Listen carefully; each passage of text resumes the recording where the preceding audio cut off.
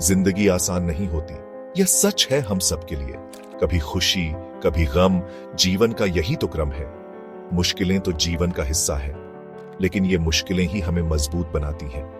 हमें कभी हार नहीं माननी चाहिए, क्योंकि हार तो वो मानते हैं जो कोशिश करना छोड़ देते हैं।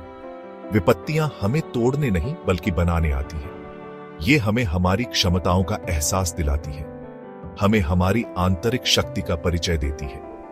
विपत्तियों से घबराना नहीं चाहिए, बल्कि उनका डटकर सामना करना चाहिए।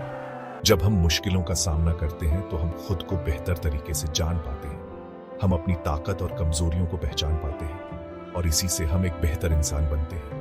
याद रखिए, जीवन एक संघर्ष है, लेकिन इस संघर्ष से ही हमारी पहचान बनती है।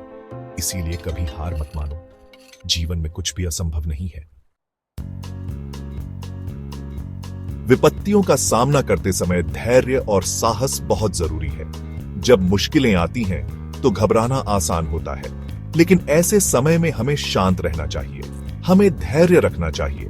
धैर्य का मतलब यह नहीं है कि हम हार मान लें।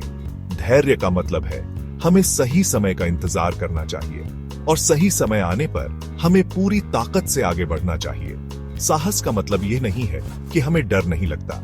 साहस का मतलब है डर के बावजूद आगे बढ़ना, अपने डर पर विजय पाना।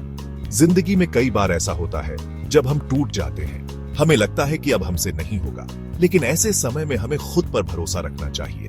हमें खुद से कहना चाहिए कि हम यह कर सकते हैं। विपत्तियां हमें बहुत कुछ सिखाती हैं। ये हमें मजबूत बनाती हैं, हमें जिंदगी की असलियत से रूबरू कराती है। विपत्तियों से हमें अपनी गलतियों से सीखने का मौका मिलता है। जब हम कोई गलती करते हैं और उस गलती की वजह से हमें मुश्किलों का सामना करना पड़ता है, तो हम उस गलती को दोबारा नहीं दोहराते। विपत्तियां हमें अनुभवी बनाती हैं। जिंदगी एक सीखने का सफर है और इस सफर में विपत्तियां हमारी सबसे अच्छी गुरु होती हैं। विपत्तियों से घबराना नहीं चाहिए, बल्कि उनसे सीखना चाहिए। जब हम विपत्तियों को एक चुनौती मानते हैं, तो हम उनका सामना करने के लिए तैयार रहते हैं, और जब हम चुनौतियों का सामना करते हैं तो हम मजबूत बनते हैं। हम सबके अंदर एक आंतरिक शक्ति होती है। यह शक्ति हमें मुश्किलों का सामना करने की ताकत देती है। हमें अपनी इस आंतरिक शक्ति को पहचानना चाहिए।